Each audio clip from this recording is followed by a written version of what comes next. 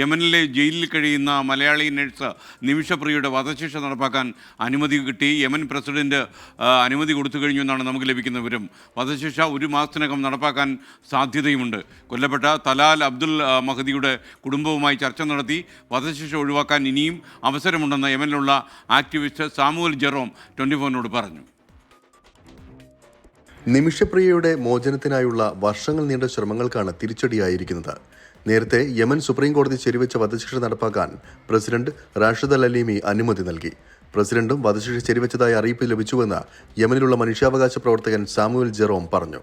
The president has approved the execution, so that is what is the exact news.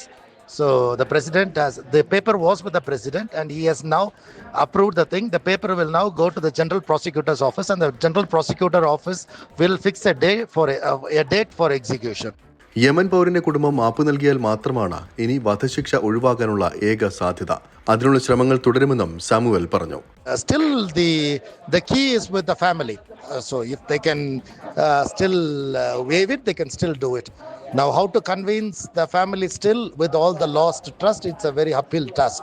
But I'm still going to try. I mean, anyway, today night I'm going to meet the lawyer.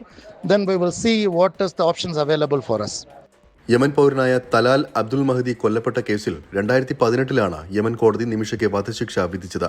ശിക്ഷ ഇളവ് ചെയ്യണമെന്നാവശ്യപ്പെട്ട് നിമിഷപ്രിയയുടെ കുടുംബം കേന്ദ്ര സംസ്ഥാന സർക്കാരുകൾ മുഖേന Yemen സർക്കാരിന് നിരവധി തവണ നിവേദനങ്ങൾ നൽകിയിരുന്നുവെങ്കിലും പുരോഗതിയുണ്ടായിരുന്നില്ല. ഏറ്റവും ഒടുവിൽ നിമിഷപ്രിയയുടെ മാതാവ് പ്രേമകുമാരി കഴിഞ്ഞ ഏപ്രിലിൽ യമൻ തലസ്ഥാനമായ സനായിൽ എത്തിയിരുന്നു. 24 ദുബായ്. എന്തായാലും ഇത് ഇക്കാര്യത്തിലൊരു കടുത്ത ശ്രമം നമ്മൾ നടത്തേണ്ടിയിരിക്കുന്നു. കാര്യം ഇനി 30 ദിവസങ്ങൾക്കകം ഈ കാര്യം നമുക്ക് നടപ്പിലാക്കണം. കാര്യം യമൻ പോലൊരു രാജ്യത്ത് ചില കാര്യങ്ങൾ അത്ര വേഗത്തിൽ ചെയ്യാൻ കഴിയില്ല എന്ന് നമ്മൾ പ്രേക്ഷകർക്ക് അറിയാമല്ലോ.